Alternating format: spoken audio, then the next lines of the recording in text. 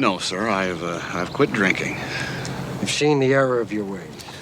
No, I just can't afford it. That's cute.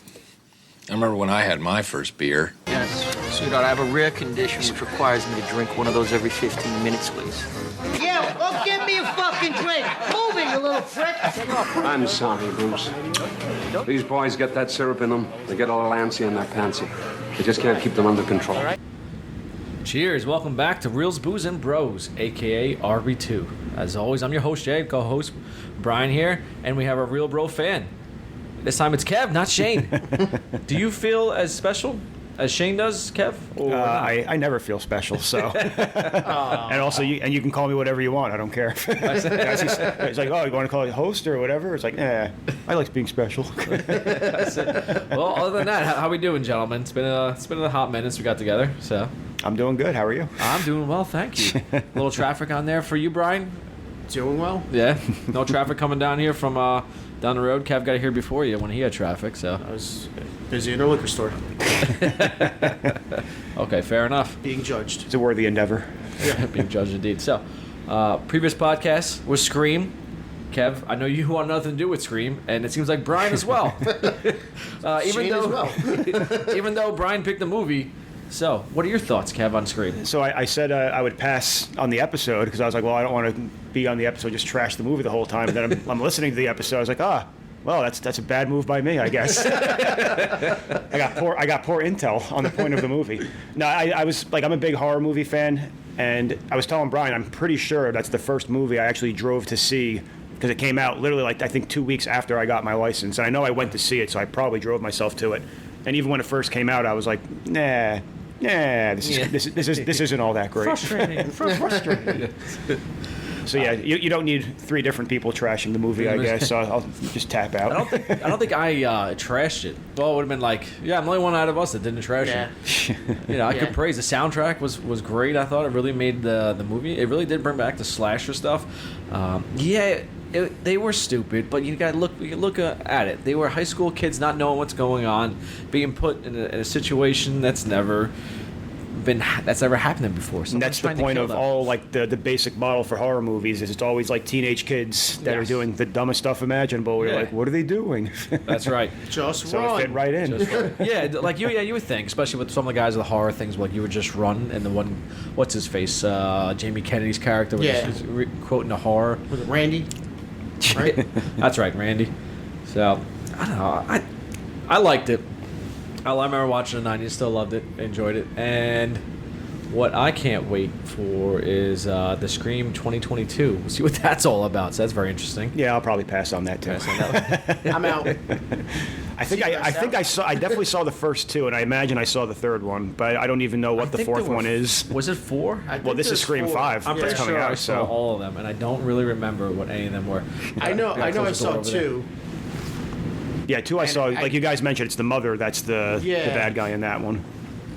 Is that one? I think she's in college at that point. Yeah. So 3, I think I somewhat saw and then just gave up on it, and then I there was no way I was watching the 4th. But you see the trailer though for the nope. For 20. I saw the trailer. I would have to say Neve Campbell and Courtney Cox look amazing. Yeah. And David Arquette's going to be the killer, by the way. I'm already calling it. Yeah, you calling it? He's such a tool. You can tell me because I'm not going to watch it. That's my prediction. But the fact that Neve Campbell looks so much older, but Courtney Cox looks so much younger. They look about the same age. I don't think they are.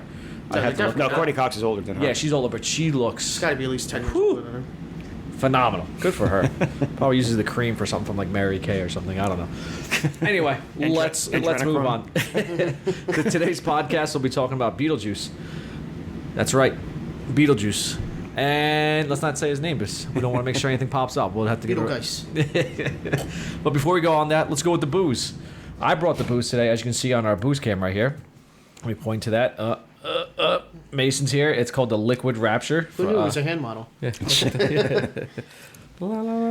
So, Brian, I don't have a can in front of me, so can you please explain this beer for us? Look how light it is for a double IPA. Liquid Rapture. It's a double IPA. It's an 8.2%. It is brewed from Mason's Brewing Company in Brewer, Maine. It's, like I said, a double IPA, dry hopped with L Idaho 7 and Citra. So that's what the description on it. I am curious because on the one side of the can, it does have end of days 4 of 4. So I'm wondering if they did like a special release and this is the 4 of 4 Spirit fingers. What? I'm sorry. So that's got me a little curious. So I would like to check out more into it. But it's actually pretty smooth. It's got a little hoppiness to it, but for a double IPA and an 8.2%, it's really, really smooth as a beer. Very, very smooth for this, for 8.2, a little hoppy. I'd say at the back end, as you're finishing it, you get the hoppiness. Kev, your thoughts on this? Yeah, I took one sip and immediately I was like, "Oh, this is good. I'm in." It took Brian a while to come around, but No, I was Just like Scream. yeah, No, I'm still out on Scream. 1996, Brian was in on Scream. it's. I mean, this is like you said. It's light. I didn't look at the can before and I just poured it and started drinking. So I'm surprised it's actually an 8.2, like you said. Yeah. But no, it definitely doesn't taste like it. I can taste the hoppiness. It's still good. It's very light and And like since they both have their beers poured out into glasses, it is a very light beer for an 8.2. It looks like, I wouldn't say like a Miller Lite or Coors Light level, but it is. You would think it would be like a 5%er just based on color. You know. Plus, you can see the can on camera. Excellent artwork there. It is. I like that. I tried to go with the theme of Beetlejuice, and Beetlejuice. you know, that's the closest thing. They don't have any cans of the actual Beetlejuice, Michael Keaton's character. So this is also Halloween theme as well. So it looks good. I like it. I got another one, the same thing as well, but we'll get to that later. Now, I'm sorry, I'm a little distracted right now. I was just checking this beer in on my Untapped app. Got to give it a 3.5 on it. I like it. Smooth, a lot lighter than expected. Maybe we're just getting used to it, as I always say. I don't know. I digress. Let's move on. So, background. Beetlejuice is a 1988 American fantasy comedy film directed by Tim Burton, produced by the Geffen Company, and distributed by Warner Brothers Pictures. The plot revolves around a recently deceased couple, Alec Baldwin and Gina Davis, who become ghosts haunting their former home, and an obnoxious, devious poltergeist named Beetlejuice, or Beetlegeist, pronounced occasionally spelled Beetlejuice in the film, portrayed by Michael Keaton. From the netherworld, who tries to scare away the inhabitants, Catherine O'Hara, Jeffrey Jones, and Winona Ryder. Beetlejuice was a critical and commercial success, grossing $73.7 million from a budget of $15 million. It won the Academy Award for Best Makeup and 3 Saturn Awards. Oh, look at that. Saturn Awards. Best Horror Film, Best Makeup, and Best Supporting Actress for Sylvia Sidney. The film's success spawned an animated television series, video games, and a 2018 stage musical. There's a little BTS a little early on there. I'll probably say that again. $15 million budget, huh? Yeah. It was all for Robert Goulet, probably. I know when I was looking at some stuff for the movie, they said Tim Burton only had $1 million to do any of the effects for the movie, so that's why you can see it's not as polished as other stuff. He obviously got more to do with the Batman movie after this and everything else, but yeah, I'll throw on that little BTS. He wanted to have it look as B movie rated as possible for the effects, and it fucking worked. So, all right. Let's go to the critic reviews. So, Rotten Tomatoes, 85% on a tomato meter, 82% on the audience score. Is that a fucking glove on her head? I just realized that. We have the movie in the background. They're the first dinner at home where they're eating the death shroud that Winona Ryder's wearing is fantastic. They are eating the Chinese food, and it's actually Cantonese food, and they wanted Szechuan. And the mom had like a glove thing around her headband. Whatever. Back to the movie critics. So IMDb 7.5 out of 10. Metacritic Metascore 70 out of 100. User score 8.5 out of 10. So those are both the user and the critic scores on all those sites. So now let's go to our personal reviews. Brian, go with it.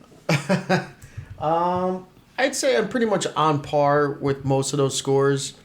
I think as far as what I would give, like an overall probably like 8.5 for me, just because, it does bring back like a lot of good memories of, watching this when we were kids. But like nostalgia, I'm going to say this is like a 10 out of 10 for me just because of all that sort of stuff. And, like it was probably like one of the first times us seeing this, like, we were like 7, 8, 9 years old when this movie first came out. So it was like, oh, wow, this is really cool. And, all that sort of stuff. So it was, it was different. And it still hits home for me, watching this movie. But I will say, it's not a long movie, but it runs long. It's just not fast paced. So it with the hour and a half that it is, it makes it really feel like it's 2 hours watching it. Now, at least for me. I agree. Kev, what you think? This is like growing up. This is one of my favorite movies. This has to be up there for movies. Like how many movies? Like what movie have I seen the most? This has to be up there. I probably watched this like anytime it was on when I was a kid. Mm-hmm. I'm sure it was probably like going through TV Guide trying to see what station it was going to be on. That's what I said, nostalgia factor. Yeah, like just watching it again the other day. I mean, I saw this a couple weeks ago also, but then watching it the other day, like as soon as like the intro plays and the music is playing, it's like, oh, I remember this movie. Fantastic. I'm not going to pretend it's like some sort of like great film. Like I would say, you said the user score is 8.5. I'd probably say that's my rating for it also. But just like for an enjoyable movie, like you can't get much better than this. You can sit down. I don't think it runs that long either. I don't know. I had no problem when I was rewatching it. I just felt it was a little slow. There's definitely some points when you actually said that the scene that's playing in the background is where the dad is like in the kitchen with the tea bag and then the thing comes crashing in. Like all of it's like kind of, It's very slow because Beetlejuice actually isn't in the movie all that much. Yeah. And the most interesting parts, I think, are when he's there. So that's probably what you're waiting for when you're watching it. But anyway, besides that, it's just a great nostalgia movie. I love this. It's for a personal movie, same thing. It's a 10 for me. But I'm not going to sit here and pretend it's some sort of like, for a comedy movie, a horror movie, whatever. It's not like a great movie for those respective genres, I guess. But I still like it. Yeah. Yeah, I couldn't agree any more with you guys. I have to, same thing. It felt longer than what it is. And I thought, man, it's been so many years since I last seen this movie. Like I said, growing up, Kevin, we probably watched it pretty much. There was this. The cartoon was on when I got home from school, basically. Yeah, this movie would always be on. We would always watch it. It was such a success. I probably, I don't know, maybe close to like 50 times at least in our childhood. I watched it in the span of a couple of years. Our sister loves it. Yeah, so it's always been on. So that's the reason why the nostalgia factor for all of us. We can agree on that. And then I completely forgot that the entire premise of this movie. Like all I remember is Beetlejuice and Michael Keaton's character, and because his scenes are the most memorable scenes.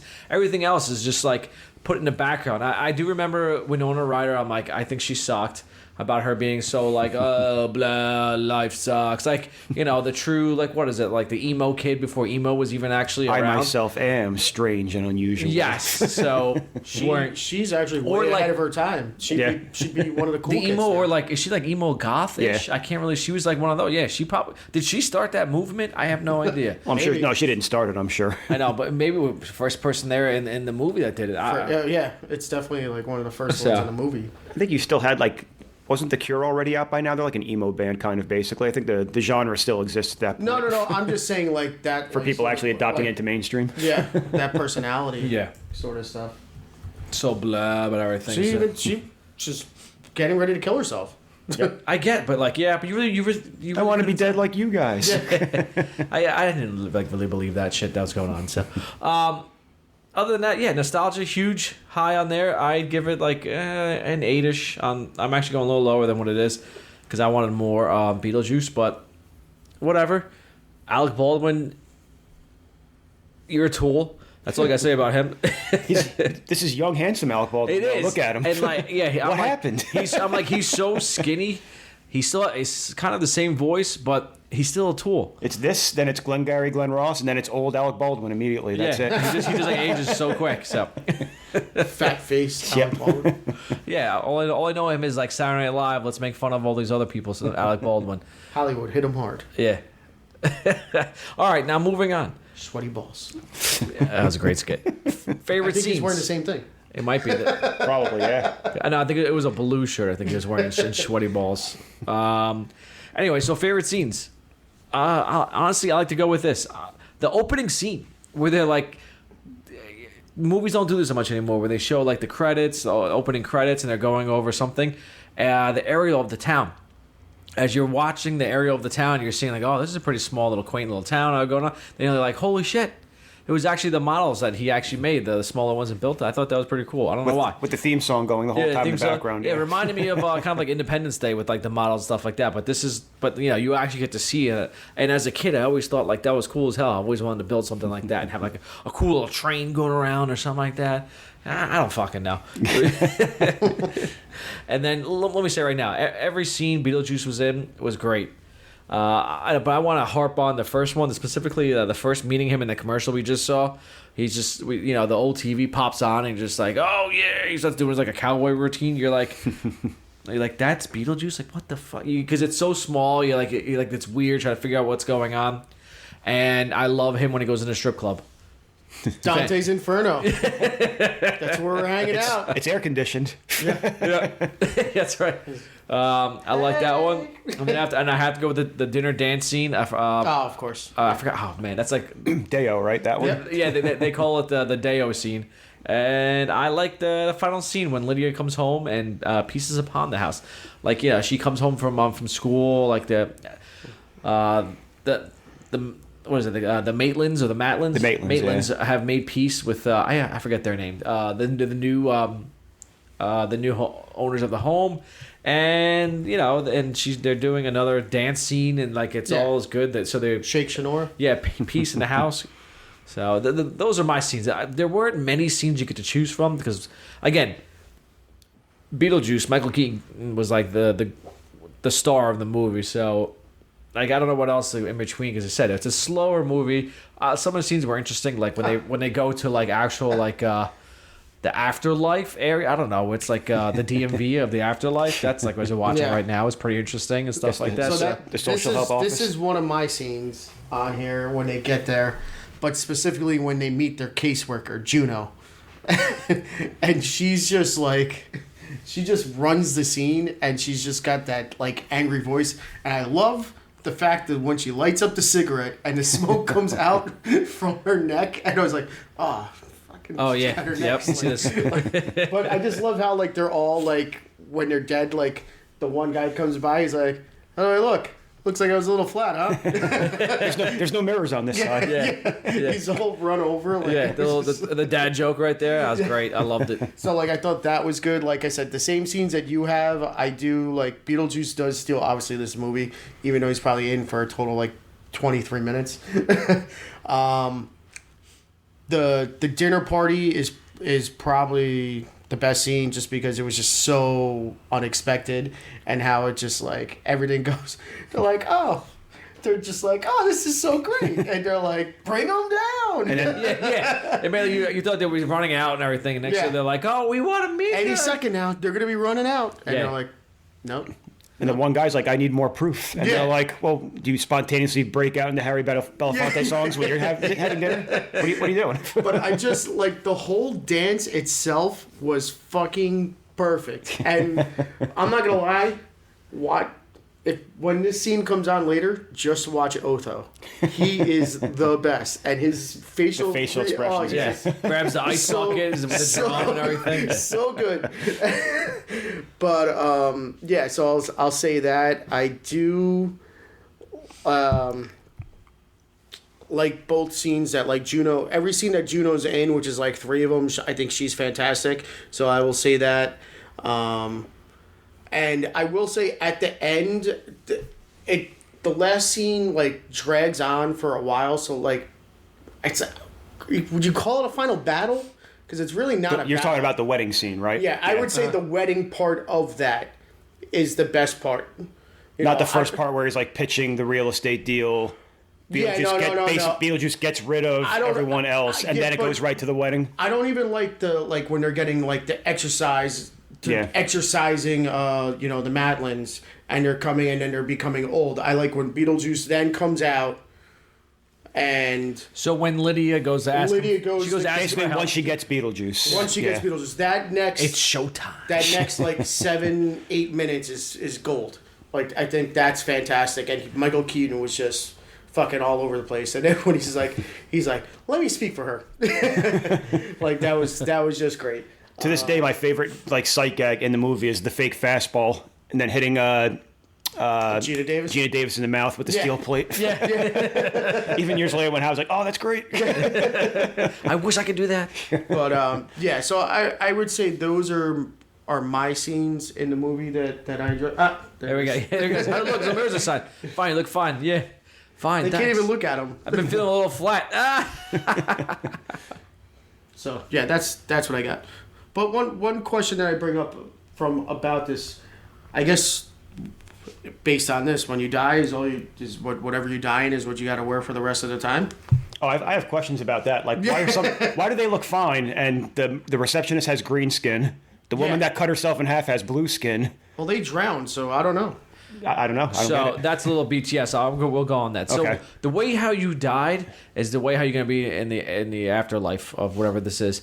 And Tim Burton goes, so obviously they drowned, and they're like, I didn't want to make them all wet because it'd be uncomfortable for the actors the entire time. Well, that's tough shit. They're making all that money. They're how much did they probably $15 million budget? So they all probably got like what, 200,000 for this movie. Poor actors have to gain and lose weight nonstop and screw up their entire metabolism. These guys can't be wet for a few hours a day.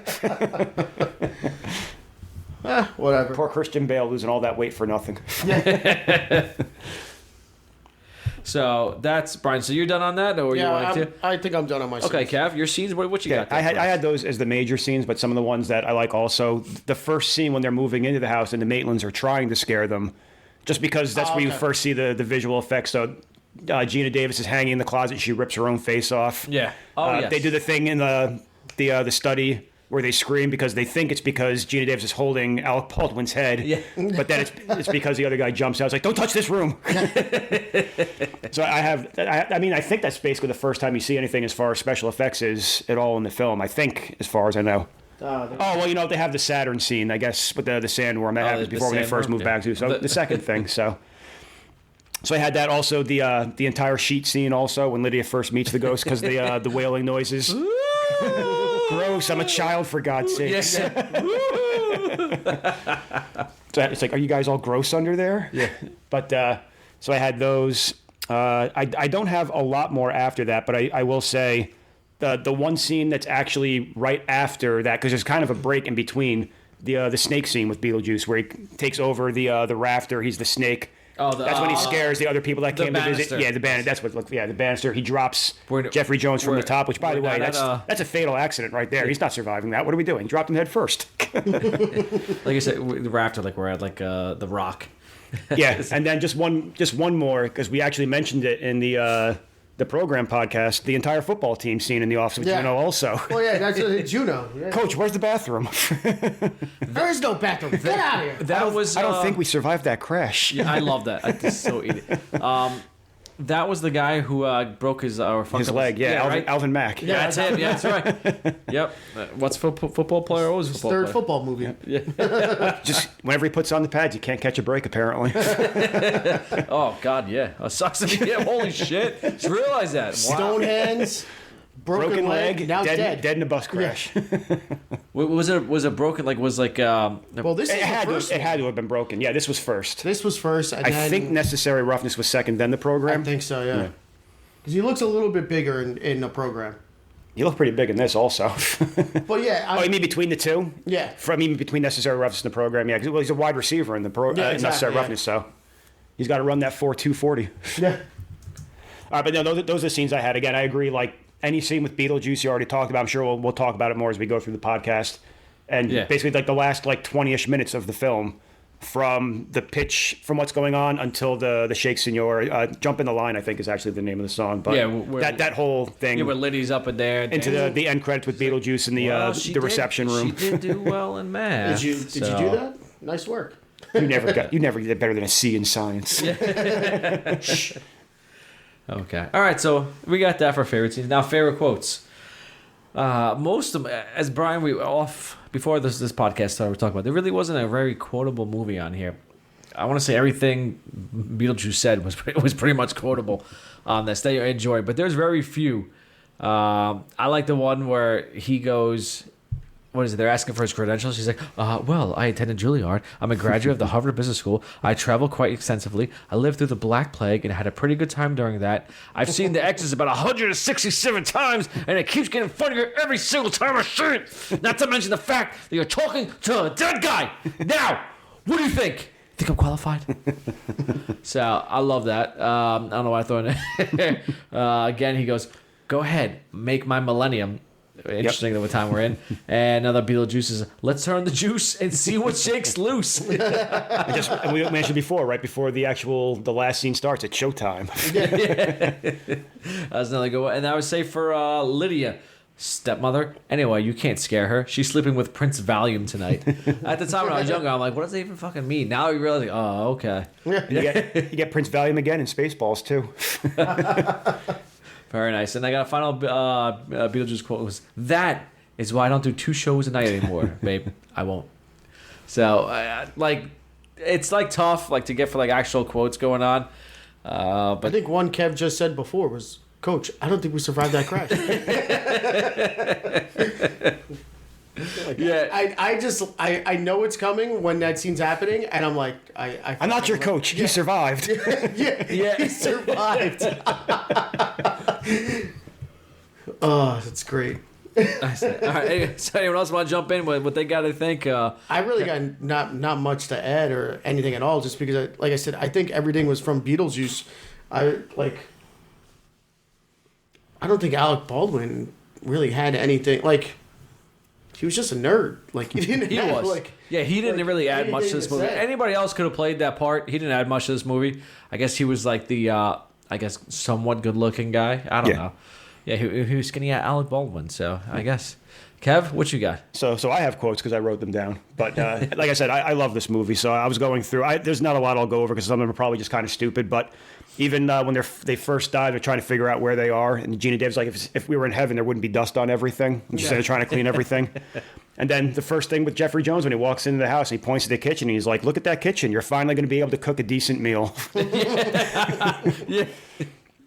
So we have that. Let's see. And What's the good? When they get there, no one can see them. They can't do anything. Look, did you see what she's watching on TV? The scene is where she's watching professional wrestling. That's what she passed out that's to. what that is. I'm like, why is that? When I was watching this time, I never caught that before. I was like, why would she, Mrs. Dietz? I can't remember her name. Delia, right? Yeah. Yes. Yeah. It was like, why would she be watching pro wrestling? That doesn't seem like her thing, but apparently it is. You never know, I guess. Superfly snooker.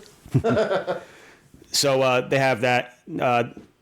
When they're sitting there at that dinner scene with the Chinese food, the mom's like, "You were miserable in New York City, and now you're going to be miserable out here in the sticks. At least someone's life hasn't been changed." When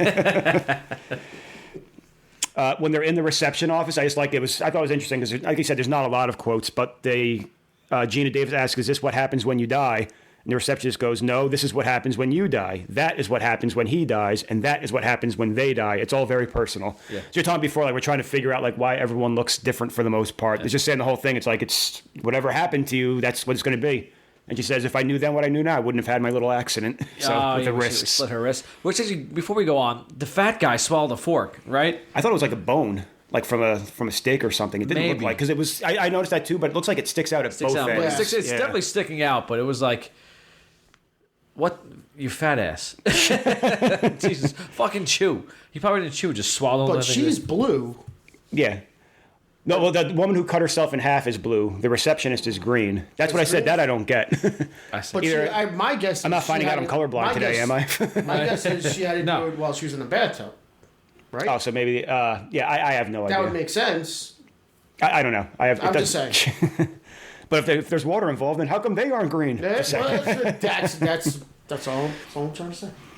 There's one quote from Juno also, the first time that they meet her, when Gina Davis goes, "We're very unhappy." She goes, "Well, what did you expect? You're dead."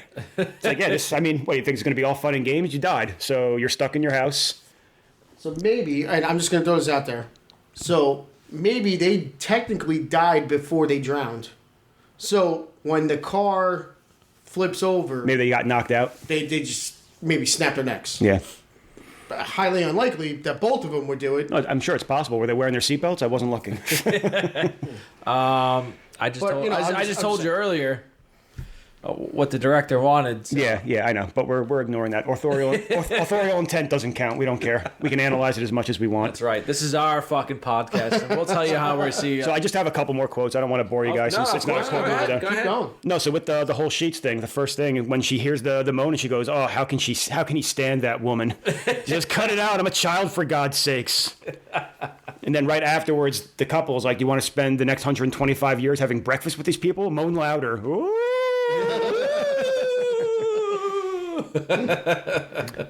So, like you said, every Beetlejuice quote is great, but even when he first kicks over the tree, hey, nice fucking model. Yeah. And he does the honk with his... Grabs his balls and fucking honks. That's great. Yeah, you said let's turn up the juice and see what lets loose. Beetlejuice, when he first meets the dad, we've come for your daughter, Chuck. And then just the last one from Juno also, when they talk about Otho stole the handbook, they can't figure out why, like what happened when he had a chance to, and Juno just goes, never trust the living. So that's it. So interestingly enough, I'm probably going to be cheating, but when we do get to favorite quotes, it's not anything I said, because it's probably cheating, but I'll wait till we get there for that. So, but those are most of the quotes that I had. I see. Okay, very good, very good. So we got there for quotes and scenes, stuff like that. Moving along, should we? I think we'll take a quick break. So we got, as you can see by the booze cam, I'm ready for our next one stuff. So we'll see what we got. Brian brought one. I bought another one. So we'll see. Everyone else, stay tuned. We'll be back momentarily. Cheers.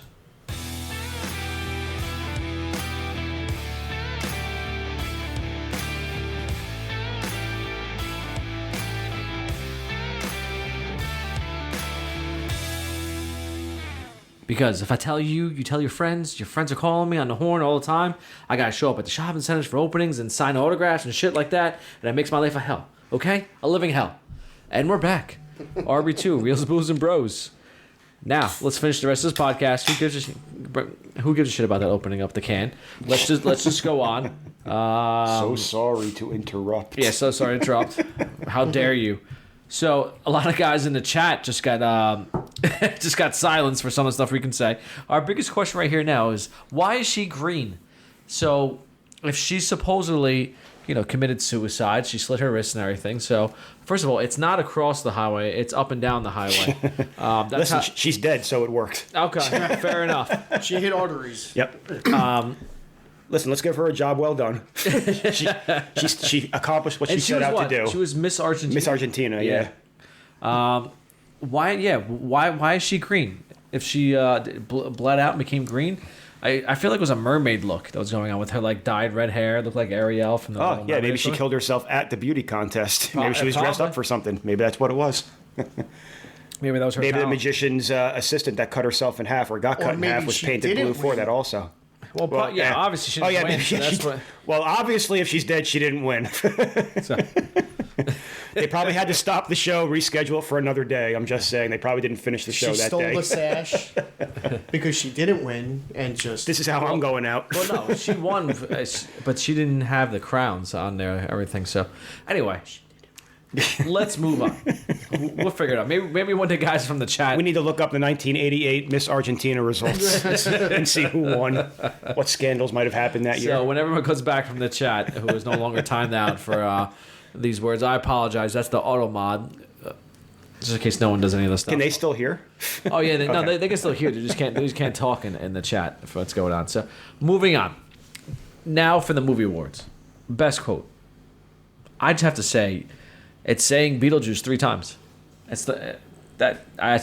I'm giving it to it. Plain and simple. I don't know if this is the first instance of it, but I know it got ripped off for like Candyman also. It's the same thing, saying his name 3 times in the mirror.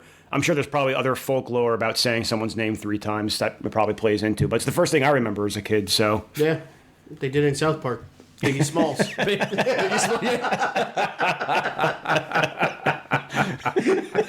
Oh, that's fantastic. Oh, one of our favorite scenes is up. So the dinner party. Yeah, the dinner party. The Deo scene is now on the. It's about to start. In the background, about to start. So we may hear us laughing as we're going on and as we're drinking the beer. So anything else you guys want to change there? Well, just because it's on, when I said I was cheating, my best quote from the movie is the lyrics to the entire song of Deo.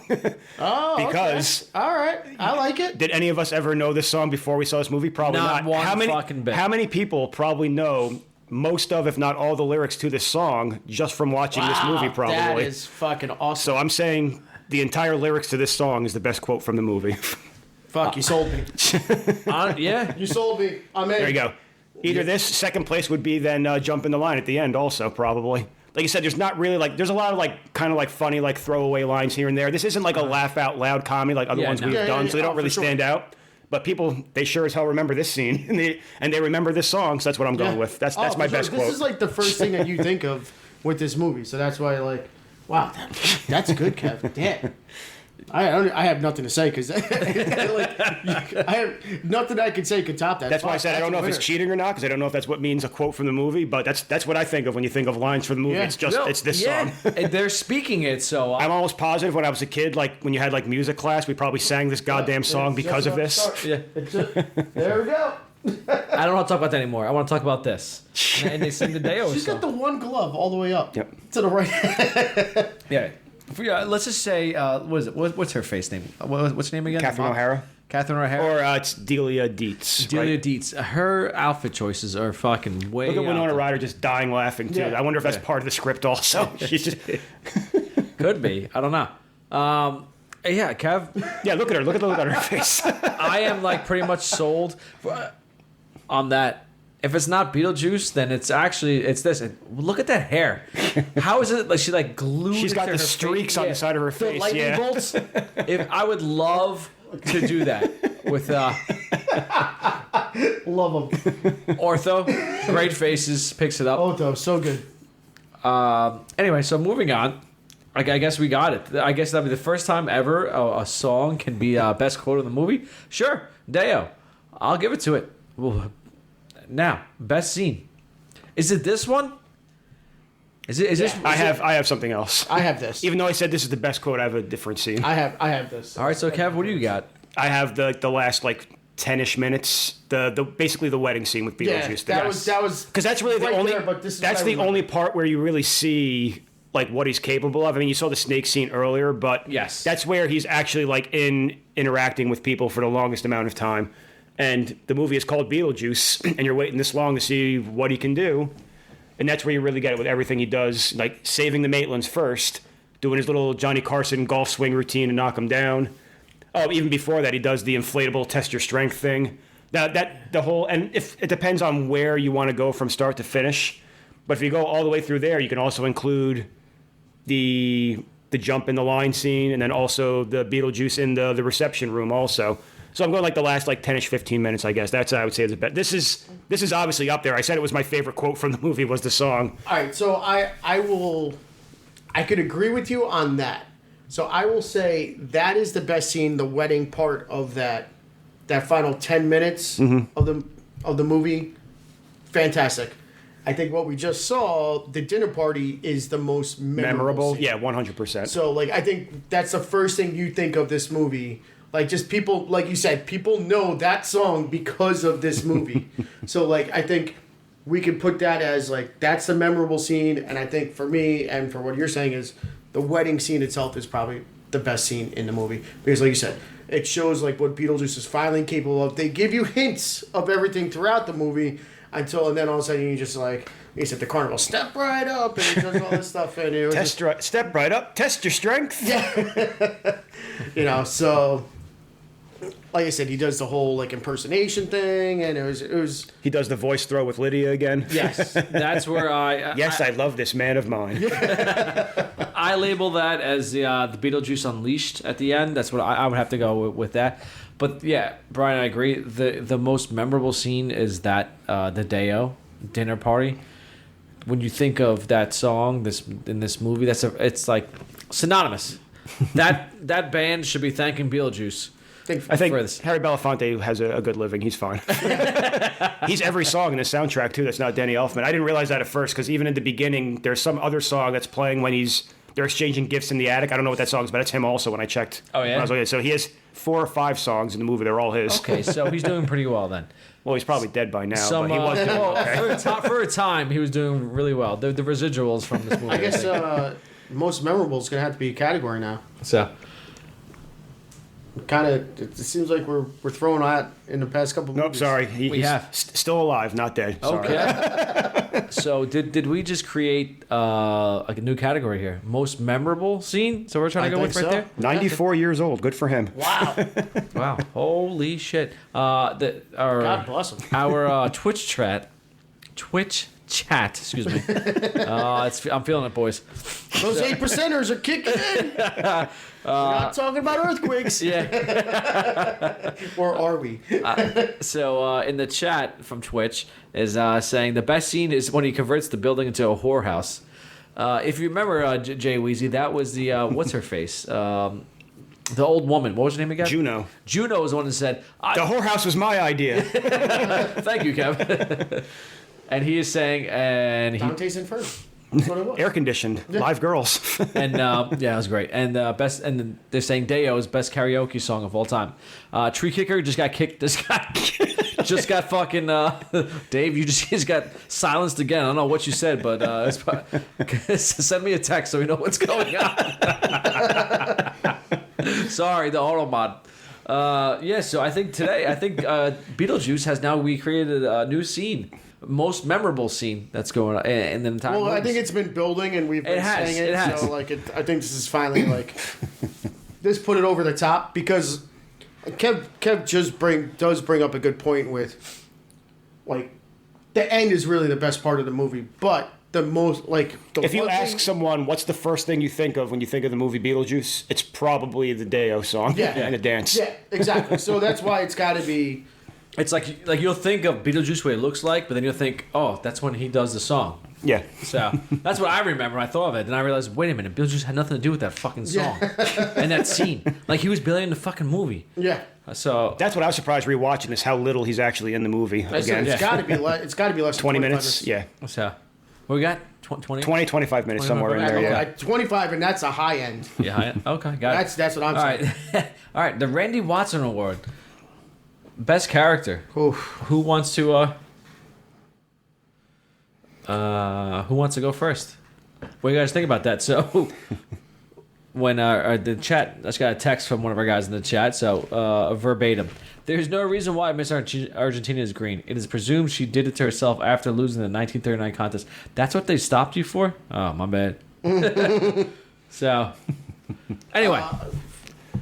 Who's the Randy Watson? I mean, Obviously, Beetlejuice, Michael Keaton wins the movie. Yeah. Every scene he's in, he destroys it. yes. Kills it. Amazing at it. I hear, as you know I how... got 3. I have 2. All right. Before you go, here's where I like to go at my far end. The football team. They're fucking great. Come on. No, that's great. They're like, where's did the you go- bathroom? I don't think we survived that crash, and they're fucking dancing. Why didn't you go the hanging guy? Then? That's it. No, because they're so much better. Because they're just like these idiot jocks, and they're great. There's I'm not going to show you the other 2 that I have, but I do have the flat guy as one of the guys I had listed, but I'm not. He has one line in the movie basically, so we can't say him. yeah. So. I'm sorry, go ahead. I'm just laughing because of the. So I have 2 because I went with one who's like a major character in the movie and one who's minor. I didn't pick Beetlejuice. It's probably too easy. Even though we were kind of making fun of her before, I do think that, Jesus Christ, I'm blanking out her name. Lydia, what's the actress's name? Winona Ryder. For what she's doing, she's probably I think she's the most interesting person in the movie who's not Beetlejuice. I agree. But but she's I think so. I think she does a good job doing that type of character. I think I hated her because of this movie. Really? Yeah. It's so dry. It's so. I like her from this movie, and then don't like her. I love her interactions with both sets, both her parents and then the Maitlands also. But I just brought that up. She's not the person I'm actually picking, though. My favorite character is, if we're not saying Beetlejuice, I'm going with Juno then, the caseworker. Yes. That's who I have for the Randy Watson Award.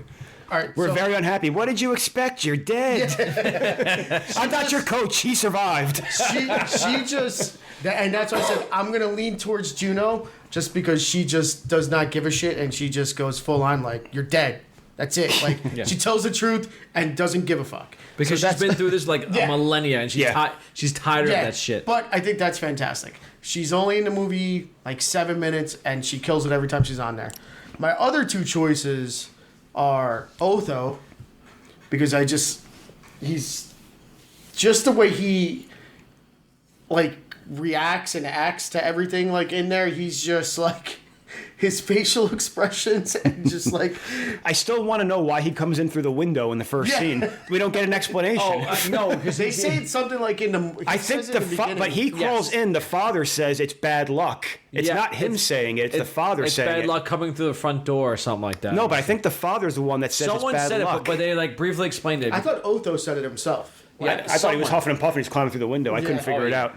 But then, if we're not going to say that, I don't know. I don't think it's going to be controversial, but I'll give it to Delia. She was actually really good. The mom? Yeah. She's a cunt.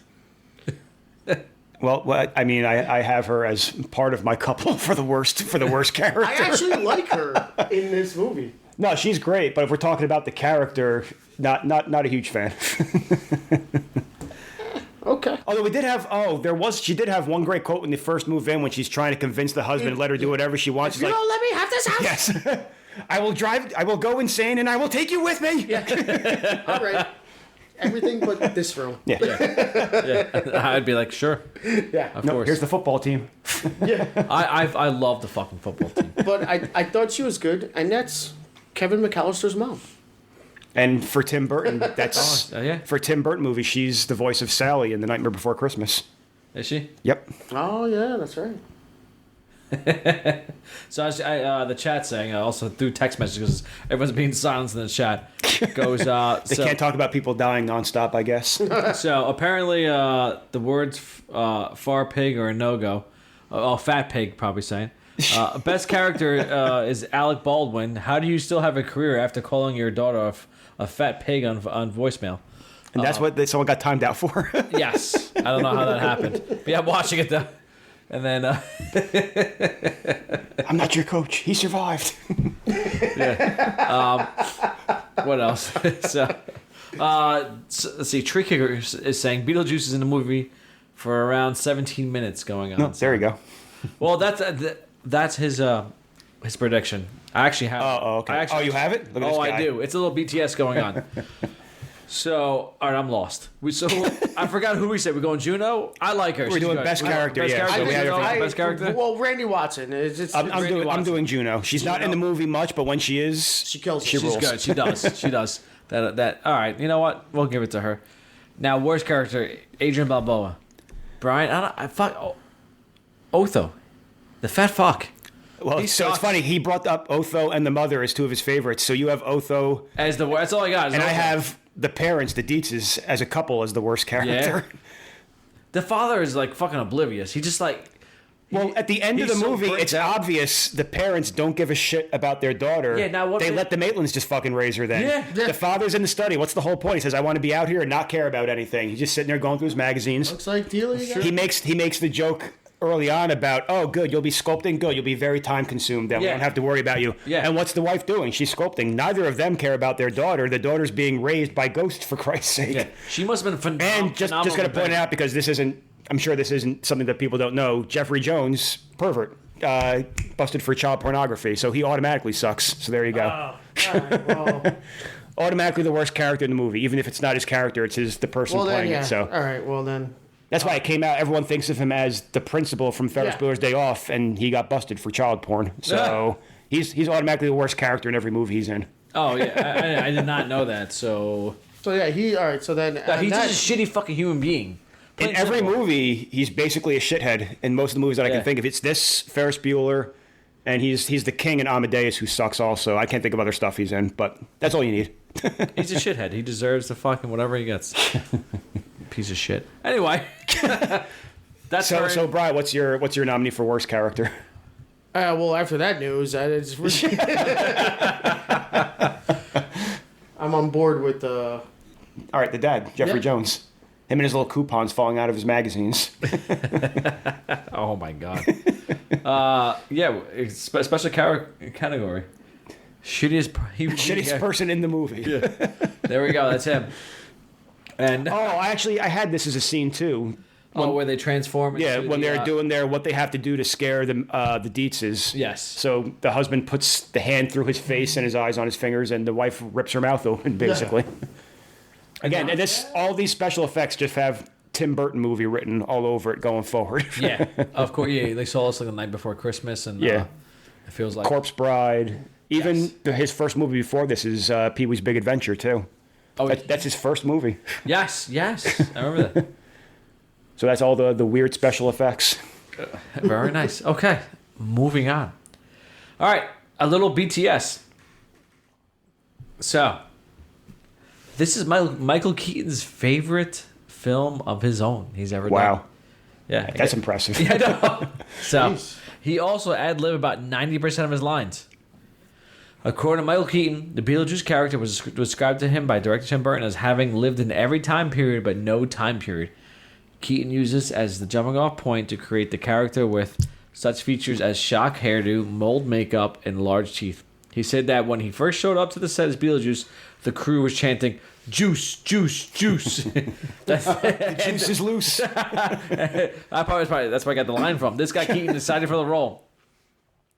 It was interesting because I like that because he said like I was in the Black Plague, this and that. He's like the Millennium, this. I know that was when I saw was ad lib, the whole Juilliard speech, like what his and then his Juilliard credentials and are. Harvard School. It's like were those around for so long, so it's awesome. It's very good. All right, so Tim Burton featured the Deo sequence. Wouldn't go over well since all right, Tim Burton feared the Deo sequence would not go over well, since in his opinion it wasn't very funny. How fucking wrong he was. He turned out to be wrong. Audience loved it and think of it as one of the film's most iconic scenes. So yeah, there was that. All right, here we go. How long was Michael Keaton playing Beetlejuice in the entire movie? Do you need like an exact time? Yeah, you know what? I'll give you Like seconds as well? as you know, as best as possible. Close without going over. Price is Right rules. Yeah. 19 minutes. Oh, I was gonna say 19 minutes. God damn it. Oh, 18 minutes, bitch. I was going to say 19 minutes, 37 seconds. All right, so just to be different, I'm gonna go 21 minutes, 12 seconds. All right, so we'll keep that open. Let's go. Let's move to the chat. Chat. My computer froze. Fuck. I hope everything's still recording going on. It's actually fucking frozen. Son of a bitch.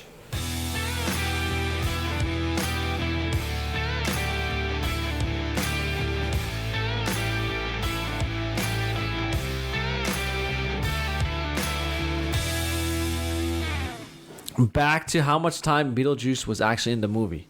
Oh, this is where we cut off. Yeah. I said like 20 minutes and like 20 13 minutes. seconds, All right, and you Brian? said I said 1937. I was going to say, chat, what did you think? But you know what? We're fucking now no longer live since we lost. no. I said entire 21 thing. minutes. It wasn't 20. I said So, 21 something. yeah. Yeah. Michael Keaton playing the title character only appears in the movie 14.5 minutes of the film. Wow. There you go. The price is wrong, bitch. All right. Tim Burton originally wanted Sammy Davis Jr. as a favorite star of his since childhood to play the role of Beetlejuice, but studio executives didn't like that idea, and the casting of Lydia came down to just two actresses, namely Winona Ryder and Alyssa Milano. Yep. With Ryder ultimately landing the role. So, which leads us to casting what ifs, if it's possible. Well, no, I know. So another one I heard for Beetlejuice was Sam Kinison. So the guy who's the screaming teacher in Yes. Back to School, that comedian. Yeah, he sucks. Well, he probably he could have done this role probably, just I screaming think and yelling so. the whole time. I heard for Lydia also Brooke Shields around that time also. She's younger at this time also. Oh. So those are the ones that I saw for casting. Was she that young? This is 88. I mean, she's still like latest like early 20s, so she could probably still pull off the role as a high school student. Yeah. But those are the ones that I saw. Okay. Brian, casting what ifs. Would you change anyone in this movie? No, if we're saying casting what ifs of today, we're doing a remake, then yeah. Okay, so remake, but would you change someone else? Chris Hemsworth. Yeah. No. Beetlejuice, Chris As Hemsworth. everyone, it's an Eddie Murphy movie Yeah. now. No, if we were gonna do that today and we want to make it like a little bit more darker, or like you get some comedy in there, but if we're gonna go like a darker route for Beetlejuice, I'm gonna throw James Franco into the lead role as Beetlejuice. I think he pulls it off. You could kind of keep the same look he had in This Is the End, with the longer hair, and he's got the goatee. I think it works.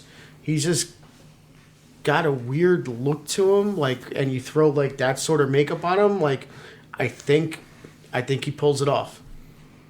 Yeah, I'd buy that. I know we talked about it before once you mentioned him, if you're going to talk about This Is the End, I would say Danny McBride possibly as Beetlejuice also.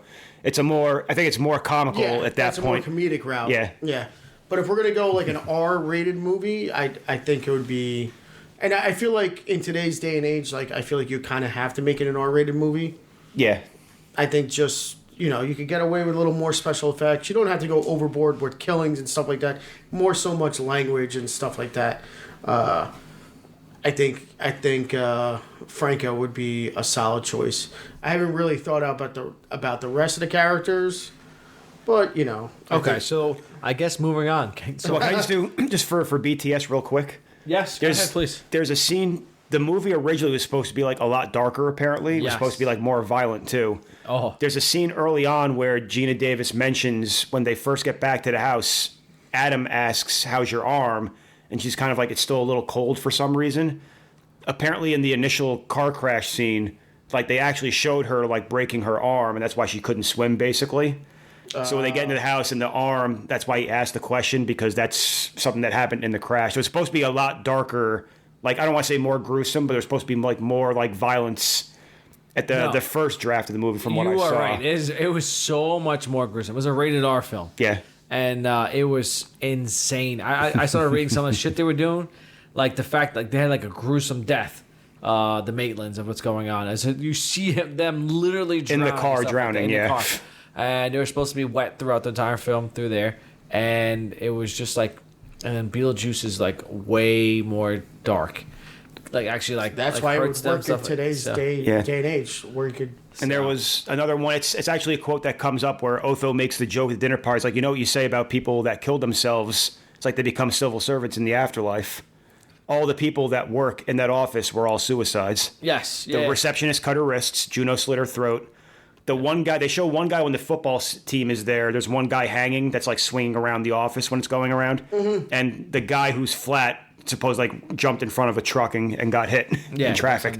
And the other thing that never gets mentioned in this movie, it's mentioned in like one of the original drafts, Beetlejuice hanged himself. But they said he was drunk, so instead of breaking his neck, he just like slowly like choked himself to death instead. Said he's a civil, because Juno says he used to be her assistant. Yes. Yeah. So all those people were suicides, and Otho makes that joke, and it turns out he was right. So he knew something at some point. I see. All right, so moving on. Can The Rock make this movie better? I have him as either Otho Yep.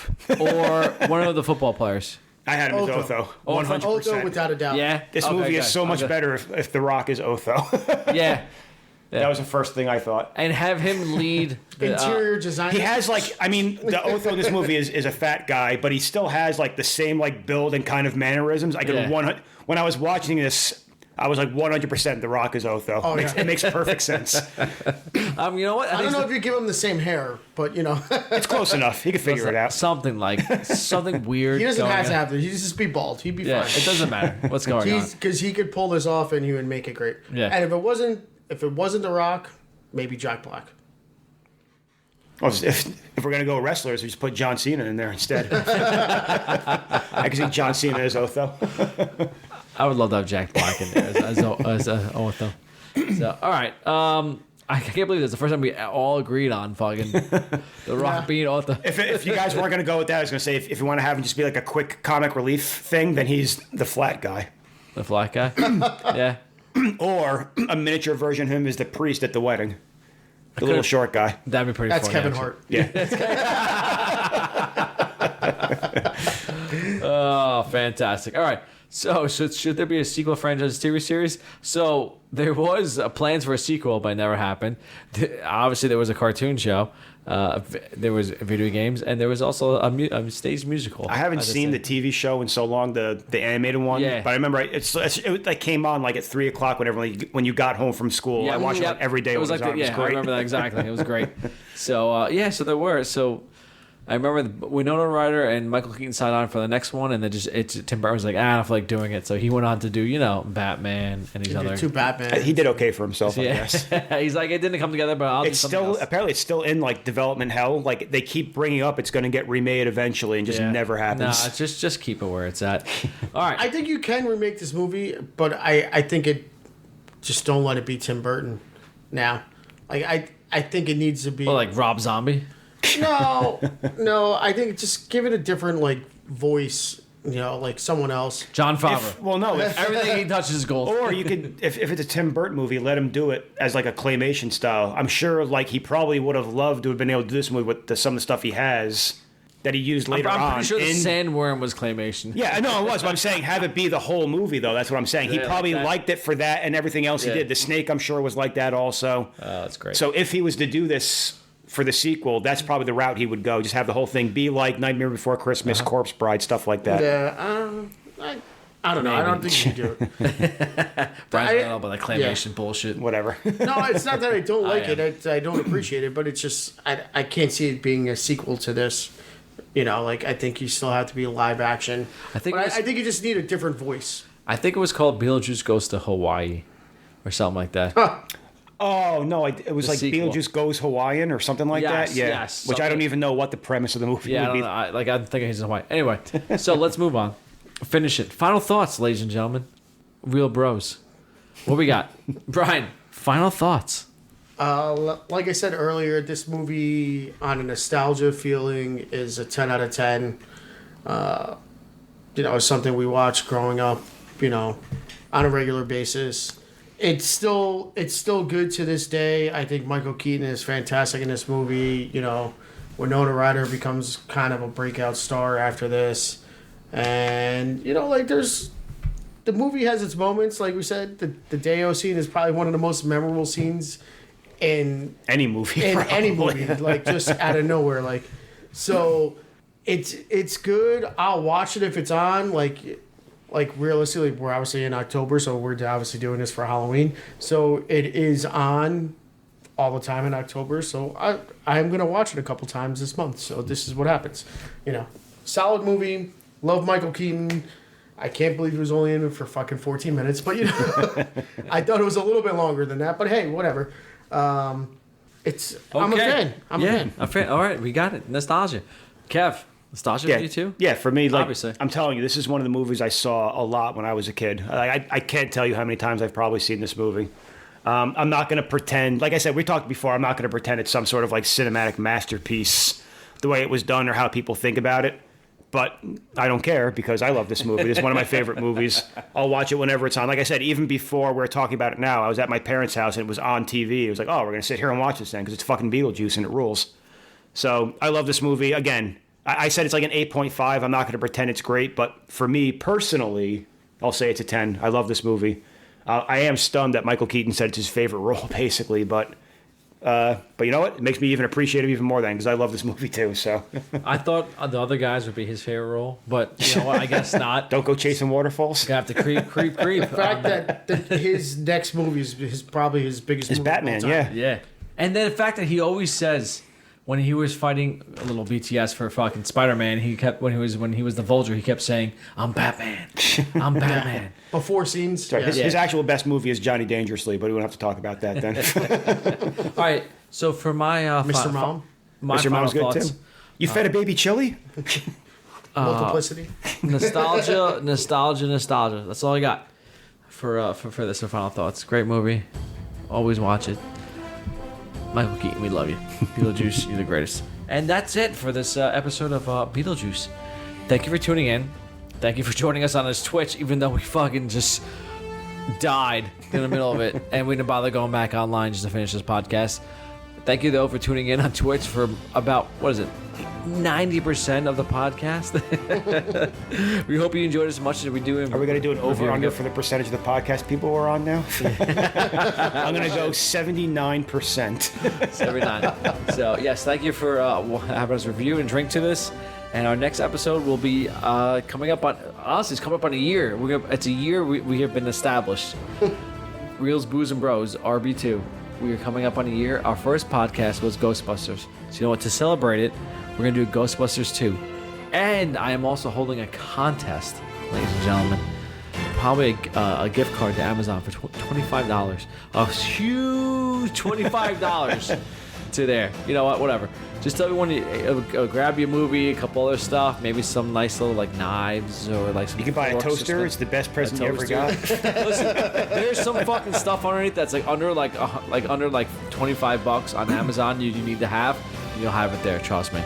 So. What was the joke? He's like, "Oh, you're the best like Secret Santa gift I ever got." The toaster in the movie. So 1 year contest. I got a lot going on in this next episode. So tune in. If you want to be part of the experience, you can watch us on reelsboozebros.com. Email us. Hit us on our social media. It's all there. Thank you, ladies and gentlemen. Cheers.